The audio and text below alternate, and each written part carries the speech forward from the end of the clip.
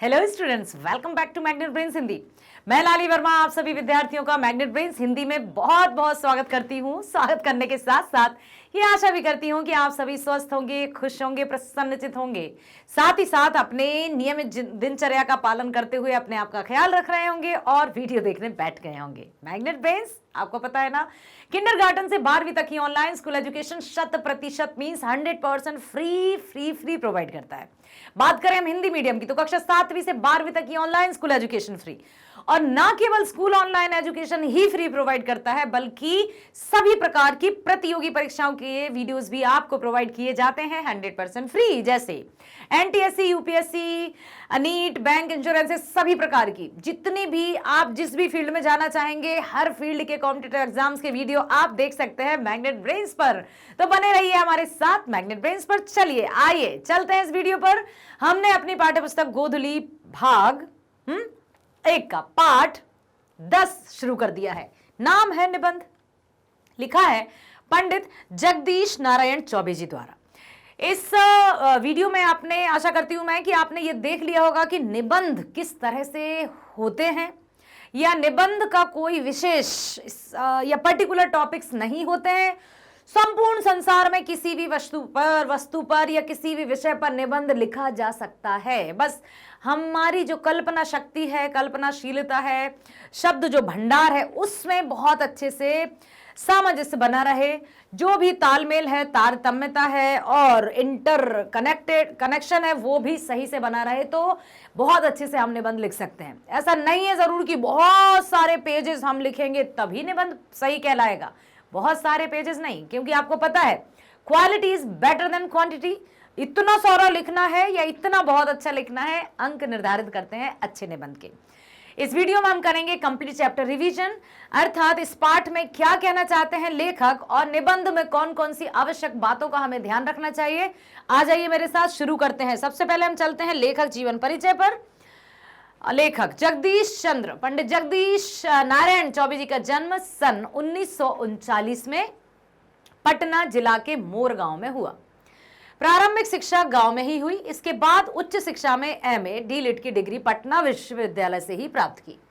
तत्पश्चात अध्यापन टीचिंग को वृत्ति बनाकर पटना विश्वविद्यालय में हिंदी प्राध्यापक के रूप में सेवाएं दी।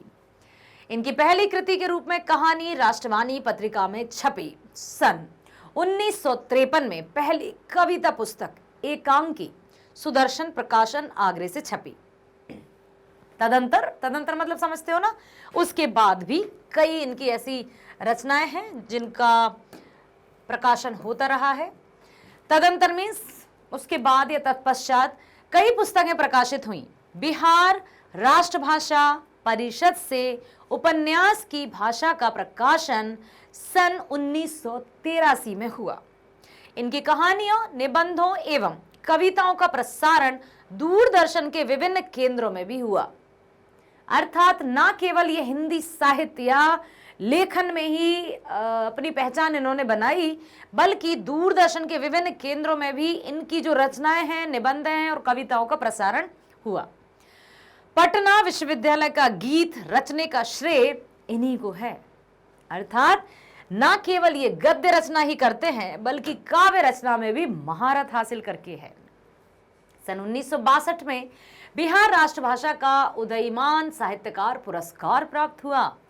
सन 2004 में बिहार राष्ट्रभाषा का साहित्यकार सम्मान भी प्राप्त हुआ। पंडित जगदीश नारायण चौबे जी, इस प्रकार से आपने इनका जीवन परिचय देखा है। अब हम चलेंगे इस पाठ की ओर। पाठ का नाम है निबंध। निबंध पाठ के आ जाने से आपका एक व्याकरण का जो टॉपिक है वो तो क्लियर हो गया। अभी आपके कमेंट आए थे कि मैम व्याकरण का पढ़ाइए।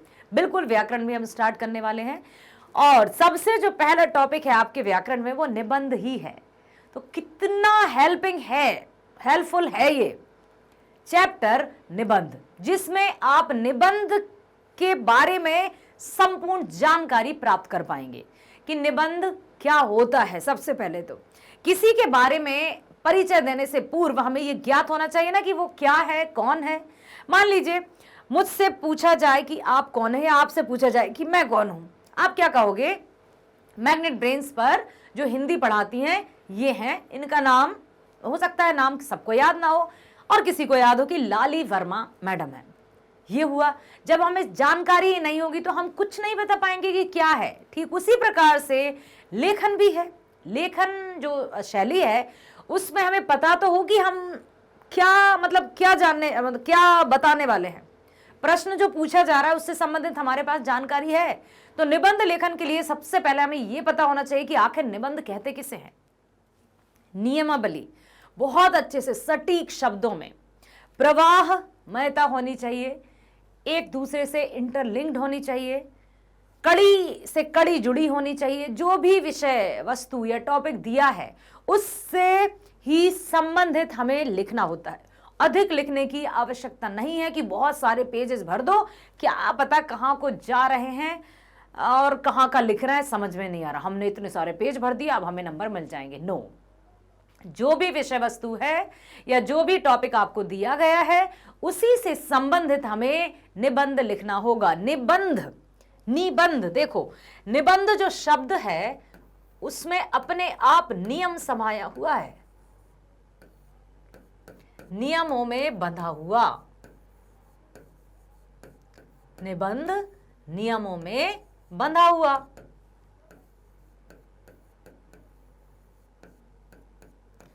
जिसमें ऐसा नहीं है कि हम जो समझ में आएगा हम वो लिख देंगे। अब एक और बात आती है कि लेखक के अनुसार उन्होंने कहा है कि इसमें कोई सीमित पृष्ठ संख्या नहीं होती है, इसमें कल्पनाशीलता अति महत्वपूर्ण है। तो अब क्या होता था कि जो लेखक छात्र या छात्र लेखक जो हैं वो निबंध को लिखते ही जाते थे, बहुत सारा लिख देते थे और बाकी जो क्वेश्चंस थे वो छूट जाते थे परीक्षाओं में। इसलिए अब शब्द सीमा का भी निर्धारण कर लिया गया है कि प्रश्न में दिया रहता है कि इतने से इतने शब्दों तक, लगभग 120 से 150 शब्द भी आ सकते हैं, 120 से 150 या 150 से 200, इस तरह के शब्द सीमा दी जाती है निबंधों में। अब इस शब्द सीमा का अर्थ क्या है कि हम शब्द गिनने बैठेंगे? नहीं, एक अनुमान लगा के चलते हैं कि हम एक जो लाइन है हमारी परीक्षा की कॉपी की उसमें 7-8 तो आएंगे ही। मल्टीप्लाई कर दो, अनुमान लगा लो कि यदि ऐसा है तो हम 2-2.5 पेजेस में लिख देंगे और बहुत अच्छे से हमारी शब्द सीमा भी पूरी हो जाएगी और ज्यादा लंबा खींचने की आवश्यकता नहीं है। ठीक है, अब जानते हैं लेखक की दृष्टि से कि वे निबंध क्या मानते हैं निबंध को और क्या कहते हैं। ठीक, निबंध जगदीश नारायण चौबे जी की प्रतिनिधि रचना है। ये इनकी एक ऐसी रचना है जो बहुत प्रसिद्ध हुई, प्रधान है, प्रमुख है, क्योंकि इस रचना ने सभी छात्र लेखकों को निबंध लिखने की कला से अवगत कराया और जो भी शिक्षक हैं या परीक्षक हैं या छात्र हैं उनमें उनके मस्तिष्क में एक बहुत अच्छे से सुगठित सटीक निबंध को लेकर जो विचारधारा है वो बहुत अच्छे से बस गई। इसलिए ये जो इनकी रचना है वो बहुत ही प्रसिद्ध रही है। जगदीश नारायण चौबे जी एक ख्याति लब्ध गद्यकार हैं, बहुत ख्याति, प्रसिद्धि, यश, कीर्ति, उनका नाम अपने आप में एक पहचान है। इस रचना में उन्होंने निबंध लेखन की कला पर प्रकाश डाला है कि निबंध लेखन की जो कला है, हर एक कार्य भी एक कला ही है, आर्ट है। चाहे हम बोलें, चाहे हम चलें, चाहे हम लिखें, चाहे हम गाना गाएं, सब में कला है। किस तरह से हम बोलते हैं वो भी एक कला है। कहते हैं ना, किसी किसी के बोलने में तो ऐसा लगता है कि बस सुनते ही जाओ, और बहुत से ऐसे हैं कि अरे यार बस भाई बंद कर, ऐसा भी होता है। तो जो लेखन है उनकी वो बहुत ही अच्छी है। प्रायः छात्र निबंध लेखन की कला से परिचित नहीं होते हैं और जो परिचित नहीं होते हैं वही फिर अंक प्राप्त नहीं कर पाते हैं। इसलिए बहुत अच्छे से सुनिएगा। वे परीक्षा के दिनों में इस कारण परेशान रहते हैं।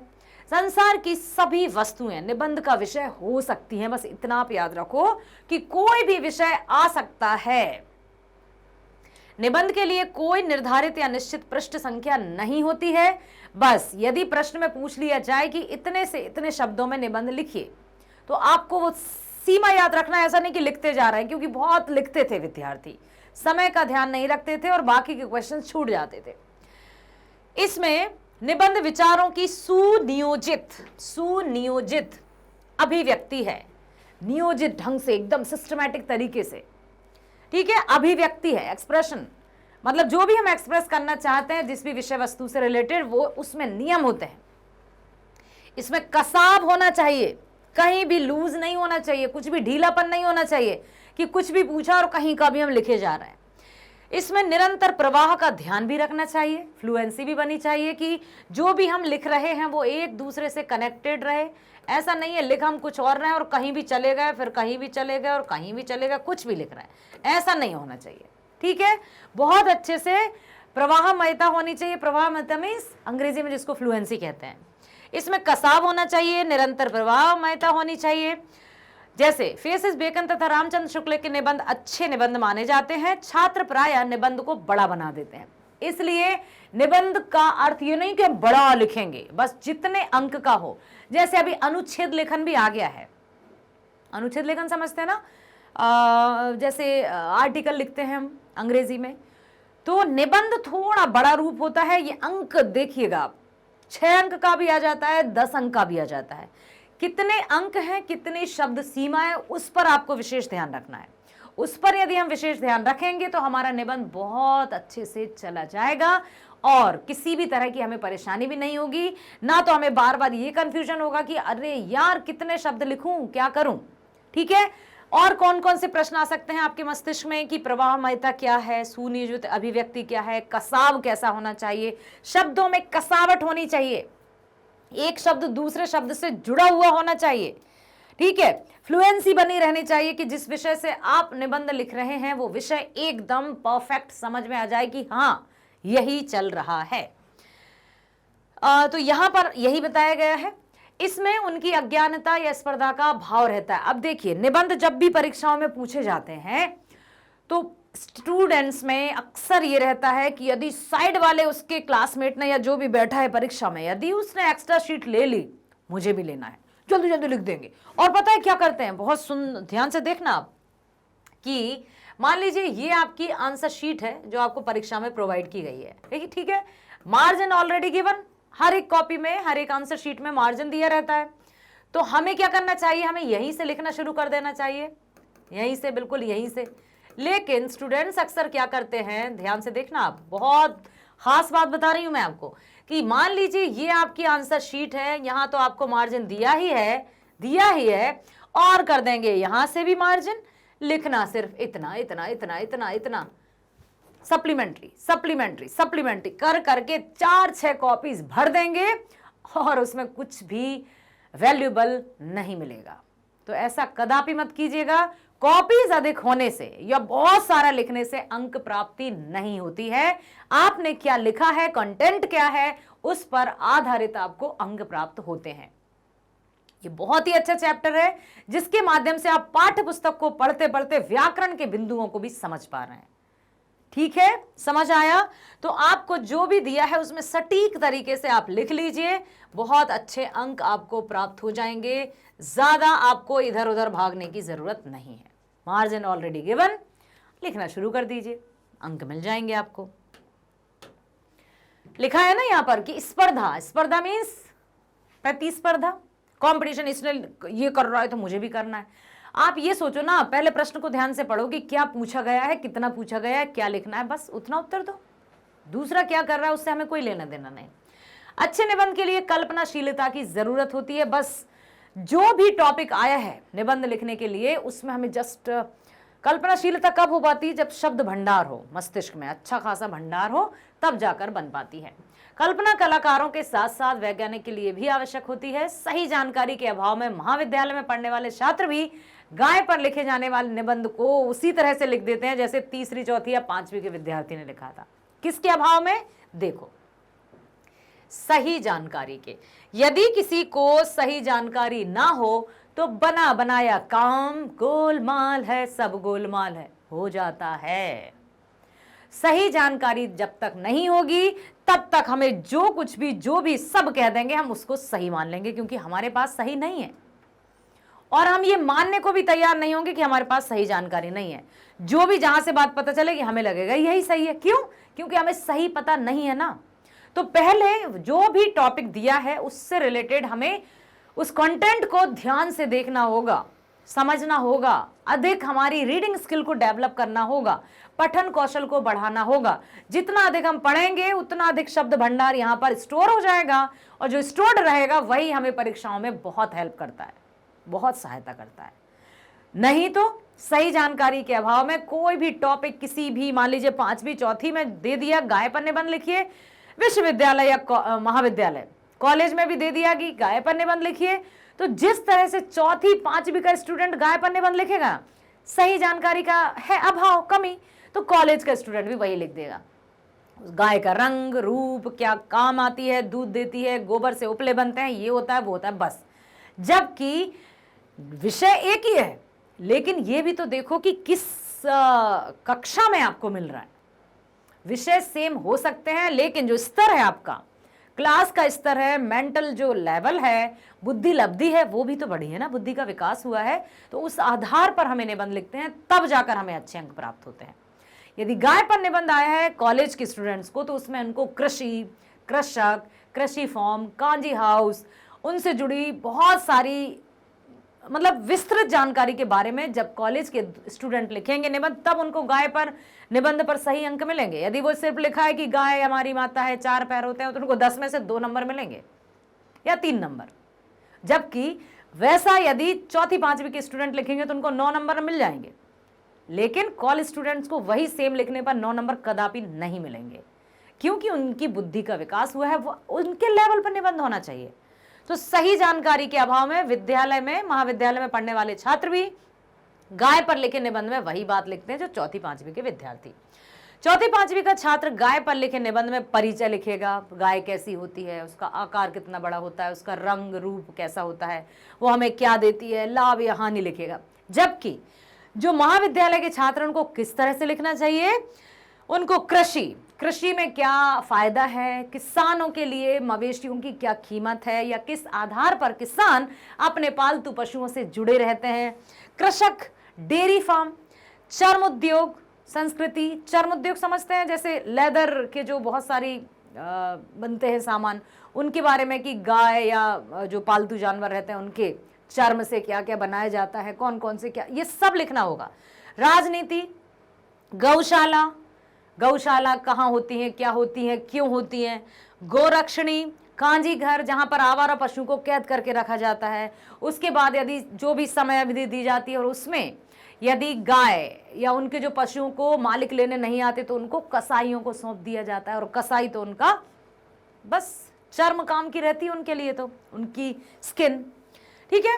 चरागाह किस तरह के होना चाहिए, दुग्ध उत्पादन कितना होता है, कैसे होता है, क्या होता है, क्या कर रहे हैं कृषक या किसान, किस तरह से उपयोग करते हैं।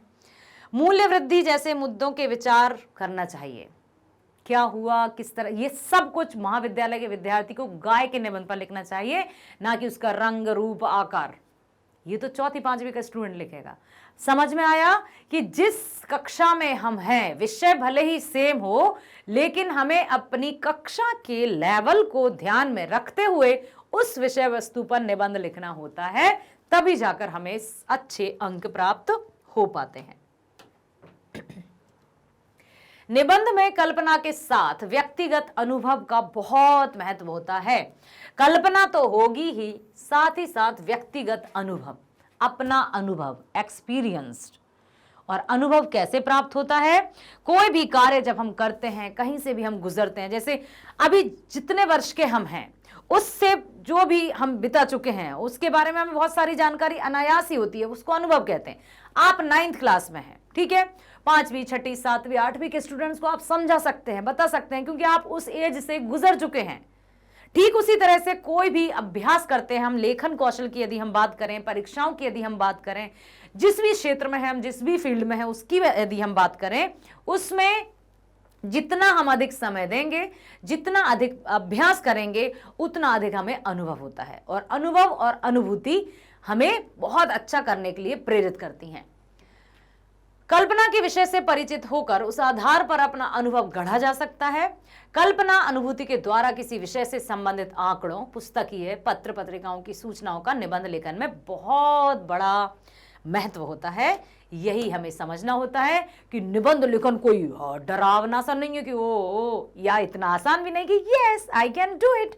नहीं, कोई भी जब हम कार्य जिम्मेदारी के साथ करते हैं तो उसमें गंभीरता अति आवश्यक है। समझ में आया? जितने अच्छे से हम गंभीरता पूर्वक हम अपने कार्य को करते हैं उसका परिणाम उतना ही अच्छा मिलता है। यदि हमने लापरवाही के साथ किया तो वो कार्य हमें सही कर तो देंगे, काम तो हो जाएगा, लेकिन परिणाम अच्छा नहीं होगा। तो इन बातों का हमें ध्यान रखना है। आशा करती हूं बहुत अच्छे से अब आप समझ गए होंगे कि आखिर निबंध क्या होते हैं। निबंध किसी भी विषय पर लिखे जा सकते हैं। निबंध लेखन में कसावट होनी चाहिए, प्रवाहमयता होनी चाहिए, कल्पनाशीलता होनी चाहिए, अच्छी भाषा का हमें प्रयोग करना है। तो बने रहिए हमारे साथ मैग्नेट ब्रेन्स पर, जो किंडरगार्टन से 12वीं तक की ऑनलाइन स्कूल एजुकेशन 100% फ्री देता है। इंग्लिश मीडियम, हिंदी मीडियम दोनों में आप अपने ही कक्षा के वीडियोस देख सकते हैं। हिंदी मीडियम के लिए कक्षा 7वीं से 12वीं तक की ऑनलाइन स्कूल एजुकेशन, साथ ही साथ सभी प्रकार की प्रतियोगी परीक्षाओं के वीडियोस भी आप देख सकते हैं मैग्नेट ब्रेन्स पर। जी हाँ, हाई क्वालिटी एजुकेशन। आप अपने, ऐसा नहीं है कि सिर्फ 2 विषय या 2 टॉपिक्स को ही हम फ्री प्रोवाइड करेंगे। 100% सभी सिलेबस को पूर्ण करते हैं, वो भी फ्री। समझ में आया?